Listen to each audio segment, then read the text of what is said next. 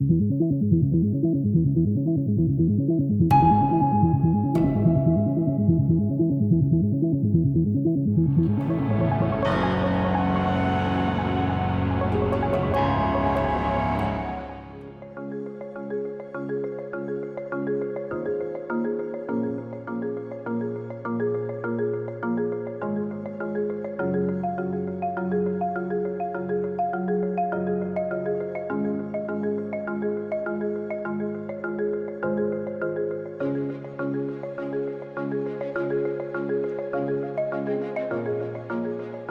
order to move forward with shipping decarbonization, we will need to scale up on production of new fuel types. This will be the only pathway that we can get to net zero for the shipping sector. But many challenges still exist to achieve this future. Production of zero-emission fuels is still too expensive and has yet to reach economies of scale.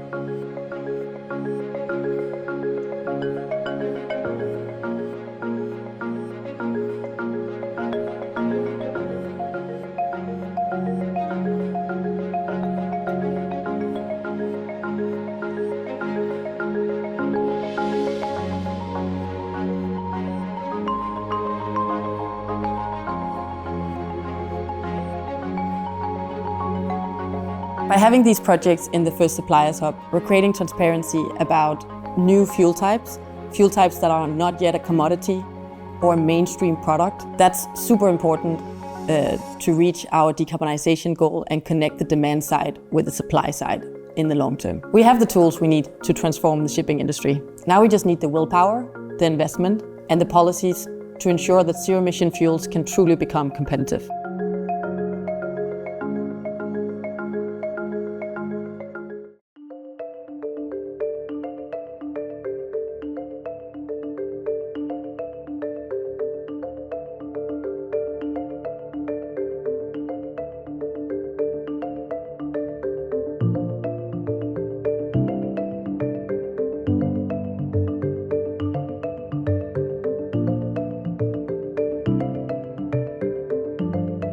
Today, I mean, it's incredible. I was just in Beijing in January and walking around Tsinghua campus where I used to study, where I went a whole year and only saw maybe like 5 blue sky days. And then now, I mean, every day I was there for a week and the skies were just gorgeous blue.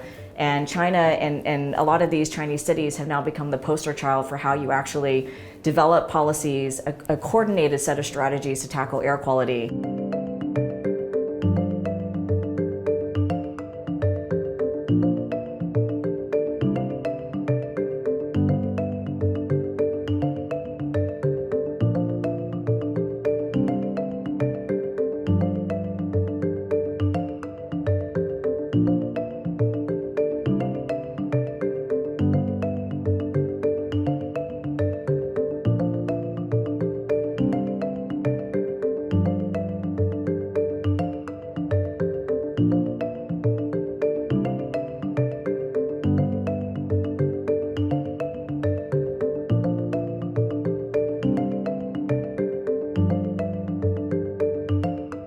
It wasn't just one policy in Beijing, it was really a sector, across multiple sectors that they tackled air pollution in order to really drive the numbers down. What we can see from the example of Beijing is that there was a clear policy, a clear action plan that drove all of the measures to address air pollution. What we see in the cities that have successfully reduced air pollution is that one, you need a very strong champion. Usually that would be the mayor, or it could be the head of the Committee on Environment in their city council that really drives the efforts to address air pollution. What is key also is that from the very beginning, a science-based approach is taken, meaning it's important to understand what are the sources of pollution in a city. And by knowing the sources of pollution, then the city can put all of its efforts to addressing the most important sources.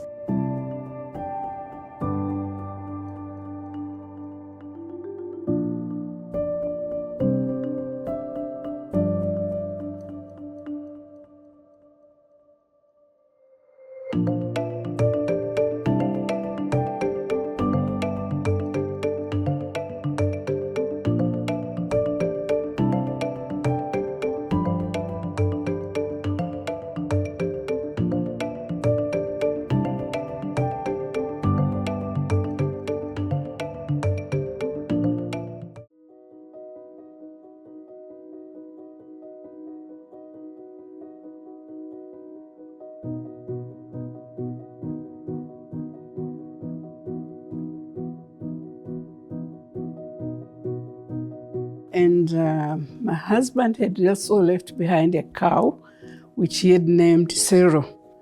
With that cow, I was able to milk and sell, feed my children, but also sell the extra milk and generate some income.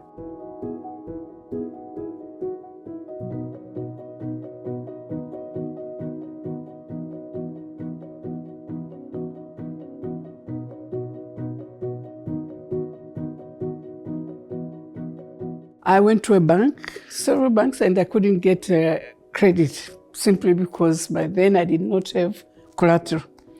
And that forced me to look at what I had in hand. And then I realized the cow which I had was actually not just a cow, it was actually a productive asset, because with it I could milk and generate additional income for myself and for my family.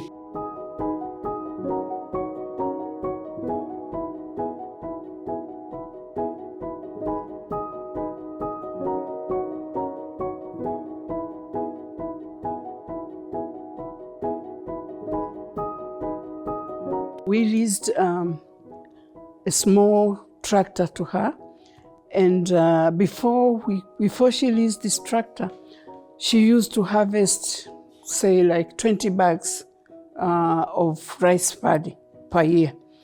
But now with the tractor, which we leased to her, she was able now to plow her land early enough for her to benefit from the early rains. There was a remarkable increase in the amount of paddy that she was harvesting. It shot from the 20 to 1,500 bags. But now with that small tractor, it meant a whole difference for her, but also for the people around her. And of course, the extra profit that she would get from the paddy, it means it goes into education of the children, home improvement, paying for hospital bills and things like that.